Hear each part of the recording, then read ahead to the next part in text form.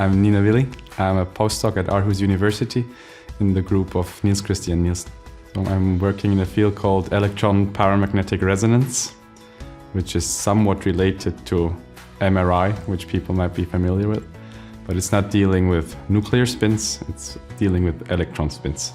I'm mostly concerned with the technical aspects of it, making the measurements faster, more reliable, that you need less sample volume if you investigate something. We collaborate with a lot of people because these unpaired electrons, they're kind of everywhere in nature.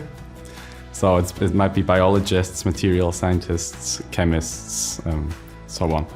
So as I said, in order to get an EPR signal, you need these unpaired electrons. And you can say it's a disadvantage, but I would say it's actually an advantage because only compounds with unpaired electrons actually give a signal. So there's basically no background. So if you measure, let's say, free radicals in some biological sample, you're only measuring the radicals, and all the signal you get is coming from these radicals. And basically the matrix or all the rest doesn't play a role. And I would say that's actually a strength of it.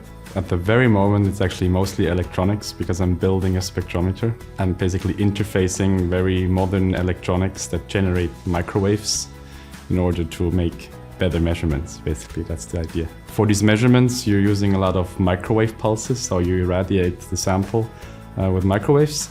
And it's pretty complicated to figure out what's the best way of doing this. It's not like a microwave oven where you're just irradiating constantly, but you could turn it on and off, and you're kind of figuring out what is the best way of doing this. The collaborators that come to us, they typically have a chemical or biological problem that they think they cannot solve without EPR.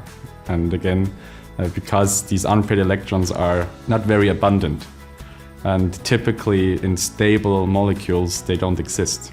But that also makes them interesting because if they exist, they're typically rather reactive and they're chemically interesting.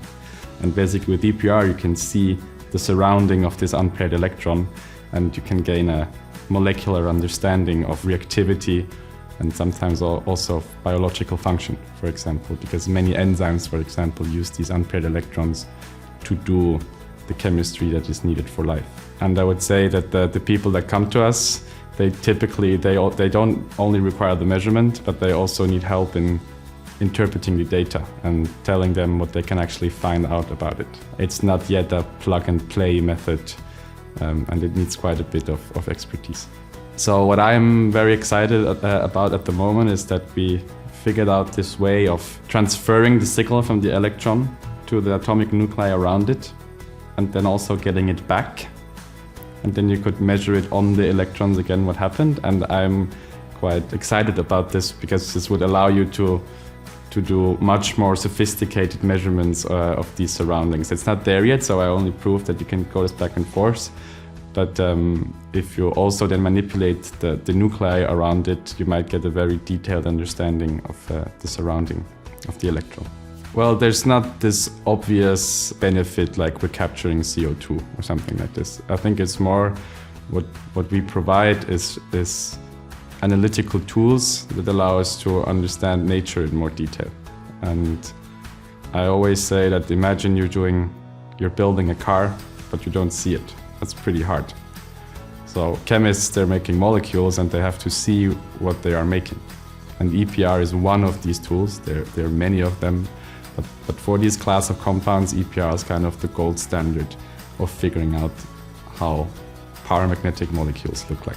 And then we're relying on these chemists and other people to really make the applications that benefit society.